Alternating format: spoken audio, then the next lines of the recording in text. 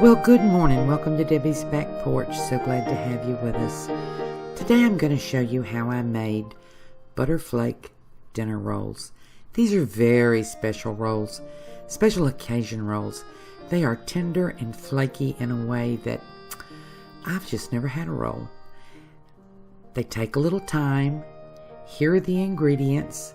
Please pause and write them down.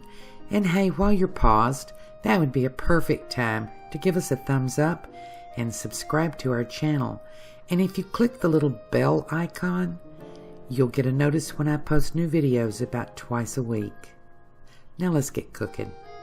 Now the first thing I'm going to do is show you how to scald milk. And you probably know this, but some folks don't. Scalding means to bring milk almost to a boil and then turn it off. And truth is, if you have ultra-high pasteurized milk, which most of us have now, it's already been scalded. Scalding denatures some of the proteins in the milk, makes it better for bread. As I say, ultra-high pasteurized milk's already been scalded, but you'll run across lots of recipes that call for scalded milk. And generally that means you need to use warm milk anyway, so it doesn't hurt a thing to scald it again. But you don't have to unless you're using milk that's not ultra-high pasteurized. I have most of my ingredients out, and I'll name them to you and explain them as we go. The first thing we're going to do is proof our yeast.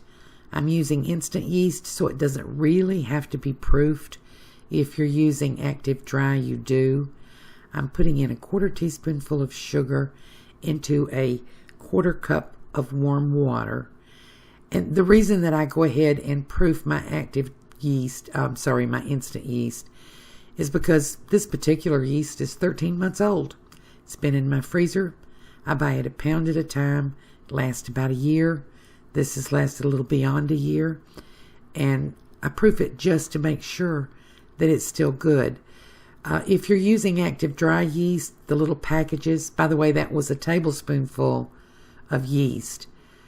You'll have 2 1/4 teaspoons full in one of those little packages, and it's really enough. You can just use one package to make this. Now I'm going to go away and leave this for about 5 minutes, and if my yeast is good, which I'm pretty sure it is because I just made bread yesterday, then it'll foam up. We'll be back. I'll show you that foam. And oh my, I'd say that's pretty good yeast right there. Usually you don't get quite this much foam. My water might have been a little bit warmer than I thought. I just run some hot tap water. You don't want it to be too hot. About 100 to 110 degrees. So now let's talk about flour. I have 2 cups of all-purpose flour. I want to lower the gluten just a little bit because I'm going for a pastry texture with these rolls. Pastry flour has less gluten than all-purpose, but I don't want it quite that low. So I'm taking 2 tablespoons of the flour out and replacing it with 2 tablespoons of cornstarch. And you know, the difference is not huge, but if you bake a lot, you can tell the difference in the texture and the feel of the bread. And what we're basically going to do here is follow a croissant recipe and make it into rolls. So we want that croissant sort of chewy, flaky texture when we're done. And lowering the gluten just a little bit helps that. You don't have to do this. It makes a slight difference in your finished product. But if you really want the croissant texture, it helps to do this. So now I'm going to add the rest of the dry ingredients. A tablespoonful of sugar, which by the way is just for flavor. You can leave it out or you can use artificial if you choose. And 1½ teaspoons of salt. And then I'm going to mix that all together. You can sift it together, but I'm just using it in this bowl here, which by the way, I'm not using an electric mixer. We're going to do this by hand, and it's easy peasy to do it by hand. Then I'm going to add a teaspoonful of diastatic malt barley flour. You don't have to use this. This is an additive that bakeries use that give you a little bit more that gives you a little bit more rise and a little bit more browning. And I really like the results when you use it, but again, it's a small difference. And if I didn't have it, I would go ahead and make the rolls, but when I have it, I use it, and I do like the little bit of difference that it makes. And by the way, if you want to use your electric mixer on this, really, it's fine. I usually do, but sometimes folks don't have a mixer and they ask about making bread, so I thought I would just take the time on this one because it's easy to show you how. So I made a well in the middle, and I'm going to start adding my liquid ingredients. And I'm going to start with my proofing mixture here, the yeast, and it's so foamy. Don't expect yours to get that foamy. It probably won't. This just sort of took off. Conditions must have been perfect. And then I'm going to add, let's see what's next here. The milk, I think. Yep. The warm milk that you saw me scald. And then I'm going to add a little oil. A couple tablespoons full of oil. If by some chance you did not do the cornstarch substitution, use 3 tablespoons full of oil. It just helps the texture a little bit. But I'm using just the 2. This is grapeseed oil. You want to use a neutral oil, or you could use a couple tablespoons full of softened butter. I just find when I'm mixing by hand, the oil works better. So now we're just going to mix this up with a fork, and this is a very loose batter, so it's very easy to mix. Really no need to get out your mixer unless you just want to. And I'm going to show you a way to knead this that's very easy too. This takes about a minute. Just mix it until all the flour is moistened. See, I'll just show you this sideways. Just until the flour is all incorporated in, and see how loose and shaggy that is. And don't worry about it. That's the way it's supposed to be. This is really easy dough to knead. And I'm going to just turn it out here when I finish mixing. I'm going to turn it out here on my glass board. And if you're one of those people that doesn't make bread because the kneading is too hard on your hands and you don't have an electric mixer, this next part is for you. I learned this method by watching an old Julia Child video from her old PBS series, and this method is so much easier on your hands if your hands are like mine and have some arthritis and have gotten a little weak over the years, that I do it all the time now.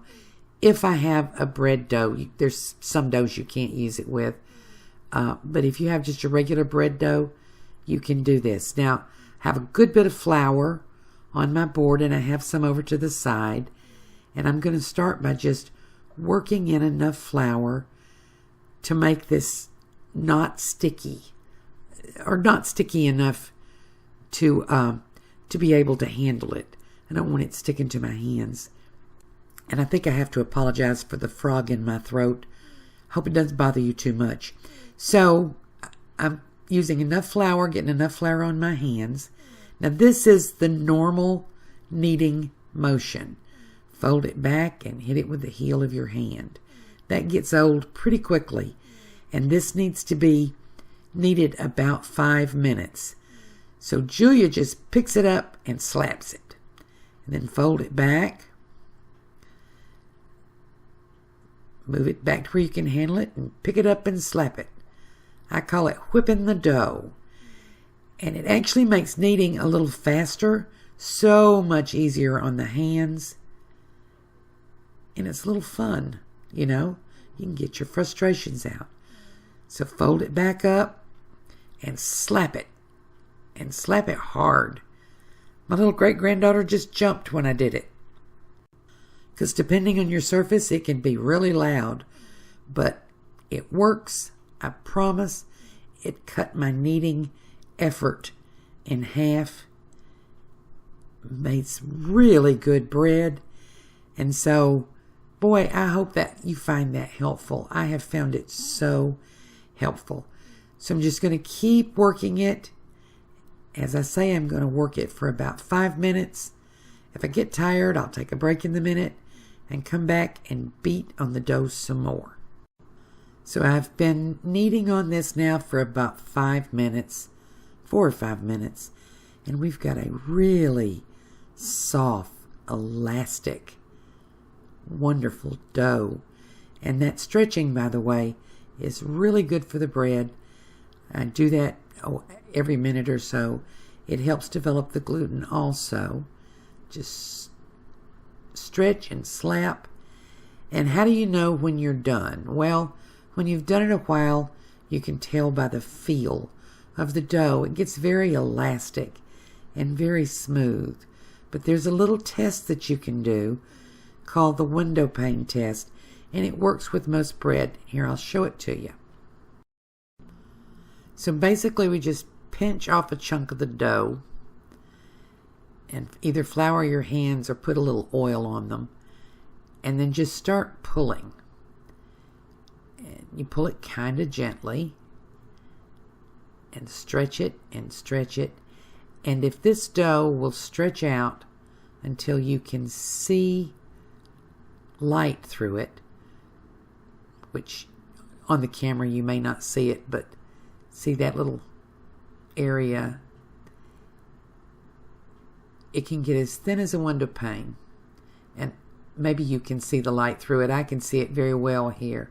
If your dough will stretch that thinly and not tear, it's been kneaded long enough. I suppose it's possible to over knead bread, so you want to stop and try this, but you want to knead it at least until you can stretch it out that far, until you can see some air through it. Some light through it. Sorry, you can't see air. What was I thinking? So I formed it into a ball, and I'm going to put it in a bowl to proof. And you can either cover that bowl with plastic wrap, or I've got a lid for this bowl, and I'm just putting a little oil in, and I'll swish that oil around, and I'll oil the top here, because it's really not going to rise that high, but in case it did, I just always oil the lid. And I'll put it in and flip it over so that it gets oil all the way around. Put the lid on it, and we're going to let this rise for 90 minutes or until it's double in size. Now, one note, don't put it in a particularly warm place, just room temperature for this. Slow rise. So while the bread is rising, actually it's been about an hour and 15 minutes, because I want the butter to stay cold, I'm going to show you the butterflake part. This is how we make the butterflakes. And if you've ever made croissants, this will be very familiar to you. I have 1 stick of butter, and I've changed cutting boards here because I don't want to break my glass. And I'm going to beat this butter. I'm using a meat mallet, a smooth end, but you can use anything. You can use hammer. You can use the side of a jar. Anything that will beat it out. And we're going for a square, an approximate square. This is all approximate. Now, you would think that you could melt the butter and put it in a square shape and then chill it. That doesn't work. It changes the texture of the butter. And we're going to work to keep the butter and the dough at about the same temperature during this process. And if you've baked much, this process is going to be familiar to you. This is how you make croissants. And our goal here is to get it square, approximately square, and to get it kind of even, an even thickness all the way through. This process, you start with a heavy hand, and then you go to a light hand. When we start getting it in the shape we want, and you notice I'm not measuring, you want to get it, I don't know, 3 inches per side, 4 inches per side, just in an approximate square. And now I'm kind of softly beating it to sort of level it out, even it out.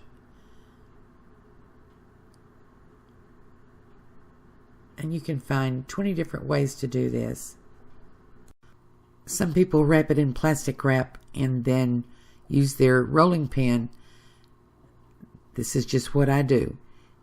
I'm using my scraper here to sort of flatten it out a little bit to get it kind of even. And then I'm going to set this aside and start working on my dough. And if you have to set it aside more than about 2 or 3 minutes, stick it back in the refrigerator. And here is my beautiful dough. Let me just show this to you. See that nice rise? Now, most of us enjoy the act of punching down dough. I'm going to ask you to just be careful with this dough. I have found that a gentle pull is usually better than punching down, even though it's a lot less fun. So I'm going to flour pretty heavily here. Flour my hands and turn this dough out with just a gentle pull, and that will deflate it. Now I'm going to work with it here just for a couple minutes to get the air bubbles out. Just stretch and fold a little bit, push the bubbles out. And I'm going to form this so that I can roll it out into an approximate circle, big enough that I can totally enclose that little butter packet that we made. Not worrying at this point about getting it thin. I'm just rolling out the bubbles, poking out the bubbles, and I'm going to make a circle, sort of. And I can tell this is wonderful dough. You can just tell by the feel. Under your rolling pin and in your hands, it's elastic but soft. I'm going to form this bubble, this circle, and I'll be right back. Well, but first, I have to show you I have a helper. And she's been right here beside me this whole time. And I'm finally letting her do something. And I would let you listen to this wonderful conversation, but there's music playing in the background, and YouTube doesn't like that. So I'm just letting you get a look at my little helper who helps me bake. I'll be right back. Is this like Play-Doh? Yeah. Sure. Okay, I'm going to turn it around. Okay. Okay, go that way a little bit. This is kind of good. It's cheeky too for my hand to go in. Rolling, rolling, rolling, rolling. Okay. So making this circle was a family project. I'm going to finish it up here just a little bit. And the only measurement you really need to do with this is to make sure this is big enough that we can enclose the butter packet in it. And it's a pretty small butter packet. Now, if you were making croissants, you might be a little more precise than this. But really, when I make croissants, I'm really not more precise than this. It's just that some people measure it a lot of times, and I really don't. So here's my butter. Still pretty firm. Now I'm just going to fold this over.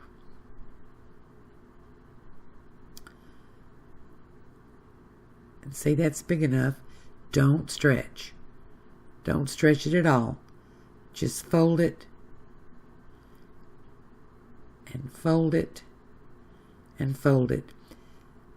Now, if your butter, I'm going to pinch it shut. There you go. If your butter's getting soft, you're going to refrigerate this. Just wrap it up in plastic and stick it in the refrigerator. Oops, there's my helper again. She wants to pinch, pinch, pinch. So we're just sort of pinching this closed. And my butter's still good and cold. I've got it all pinched together. So I'm going to go ahead and do the first roll, the first turn. And we're going to do this a couple times. So I start by beating the dough gently, and that's to stretch, to beat the butter out, to fill the whole area of the dough. So we beat, and this makes it spread better than if you just started folding. It also thins the butter out, so if your butter was not good and cold, you want to go in the fridge for at least 30 minutes before you start this. So beat.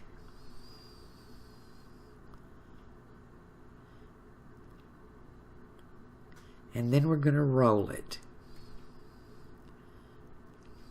And I'm going to roll this actually pretty gently until it's approximately 3 times as long as it is wide. There's a rationale to that. That's because we're going to fold it in a letter fold. And some of my butter is getting pretty soft. So I probably should have done the 30-minute refrigeration. If you were making croissants, you would definitely go back in the fridge before this roll. But you don't have to be quite so precise with these rolls. So that's a turn. You saw I made that letter turn. And I'm going to pinch it together a little bit. Yes, my helper's going to help. She has a new song. Pinch, pinch, pinch the bread. Pinch, pinch, pinch the bread. Then I'm going to wrap this in plastic wrap and set it in the fridge for at least 30 minutes. An hour is better.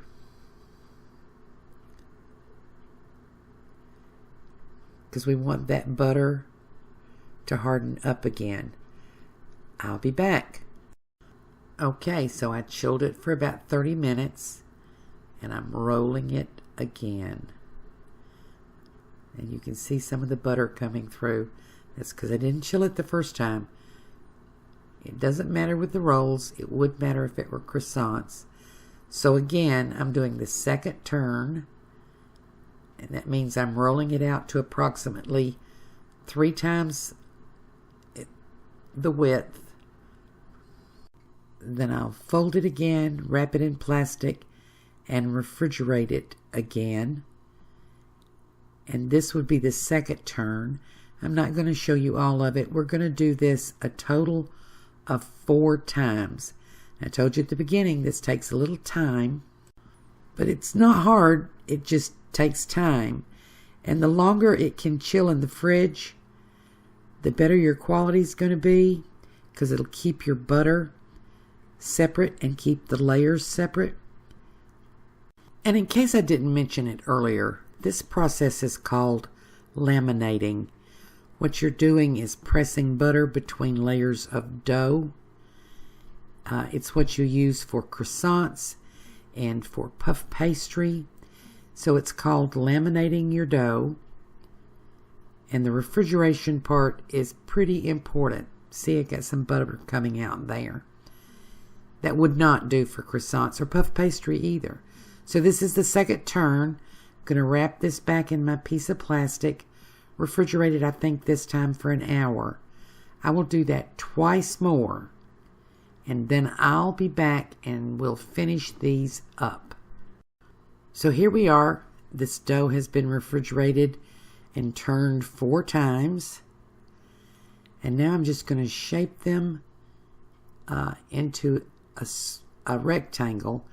My goal here is to get 6 by 8 approximately, because I'm going to cut 2-inch rolls.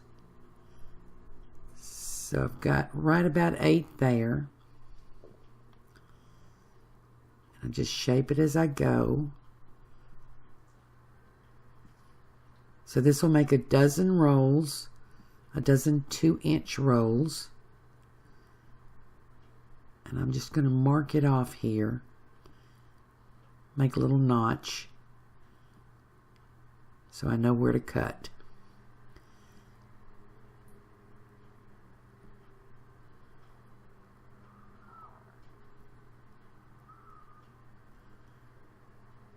you go. And I'm going to cut it here with my scraper. You can use a knife. Don't use a sawing motion. Go straight down.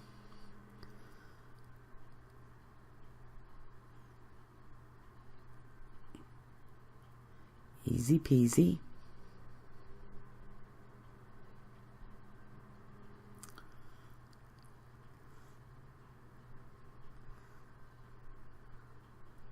I'll cut them the other way and I'll be right back.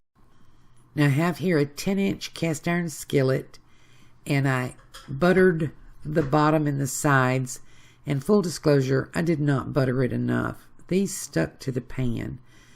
I skimped on the butter. Should have used more. And I'm just going to round these off a little bit and place them in the pan so that they're barely touching, and I'll be back. So they're in the pan. I'm going to cover them with some plastic and let them rise for about 45 minutes or until they're just about doubled in size. They'll get big and puffy, and then we'll finish up. Now I've preheated my oven to 375, and I'm beating up the egg wash here. That's just 1 egg and a tablespoonful of water. And we have some nice puffy rolls here. We're going to give them a little egg wash before we bake them. And this is going to make them shiny and a little crunchy on top. What we're going for here is the texture of a croissant. This is not going to be like a dinner roll that you normally bake. It's going to be flakes of butter, crunchy on the outside, very flaky on the inside. You won't even have to butter them when they're done, but you probably will. I know I did. When they're egg washed in the oven for 30 minutes in the middle of your oven, and then we'll be back. Is that beautiful or what? You know, we got to check the temperature. They need to cook to 200 degrees internal temperature. When you're doing any kind of enriched dough with butter or eggs, you always want it to cook up to about 200 degrees internal temperature. Then I'm going to turn these out, and as I said, they stuck. So I'm going to try to turn them out without tearing them up, and then I'll show you the inside of one. We're at 200 degrees there. If we were not at 200 degrees, I'd stick them back in the oven for another 5 minutes or so. And this is our final product, and I want you to see they flake open. You see the butter flakes in there? Well, it's hot. And I probably should have let it cool a little bit more. But see how it flakes open, and this texture, it really is like eating a croissant. And even though I didn't need to add butter, I did add butter. And I want to show you that. The texture of this. See all those layers and flakes? I'm sorry they stuck. My cast iron never sticks. But the rolls are beautiful and wonderful anyway. So thank you for joining us on Debbie's Back Porch. I hope you try these delicious rolls. Hope you like them. And hope to see you again tomorrow.